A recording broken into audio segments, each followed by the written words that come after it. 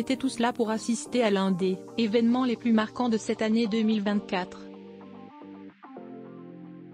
Ce samedi 7 décembre, les dirigeants les plus importants de la planète s'étaient donné rendez-vous à Paris pour assister à la cérémonie de réouverture de Notre-Dame, 5 ans après le début des travaux suite au terrible incendie qui a ravagé le monument. Le président ukrainien Volodymyr Zelensky était de la partie, accueilli par Emmanuel Macron à son arrivée, tout comme le président nouvellement élu des États-Unis, Donald Trump. Convié à la cérémonie de réouverture de Notre-Dame, l'homme politique de 78 ans a d'ailleurs eu quelques demandes envers son hôte avant son arrivée dans la capitale. Quand Donald Trump a voulu annoncer qu'il venait à Paris, il a appelé le président, Emmanuel Macron pour dire « Je viens, et je serai assis à côté de toi », a dévoilé Patrick Cohen dans l'émission C'est à vous, le 6 décembre dernier.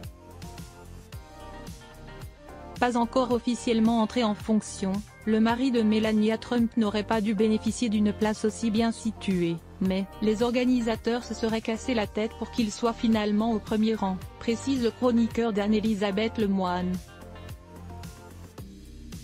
Et effectivement, le jour de la cérémonie, Donald Trump s'est avancé, seul, dans la cathédrale, pour s'installer au premier rang, juste à côté du président Emmanuel Macron et à seulement quelques sièges de Jill Biden, l'actuelle première dame des USA.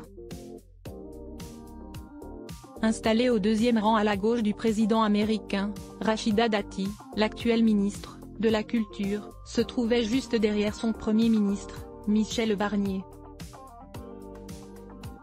Lors de l'arrivée de l'Américain, dont la femme Melania a dévoilé l'une des raisons de la longévité de leur histoire, la femme politique de 59 ans s'est mise à rire, peut-être suite à une blague de son voisin de chaise.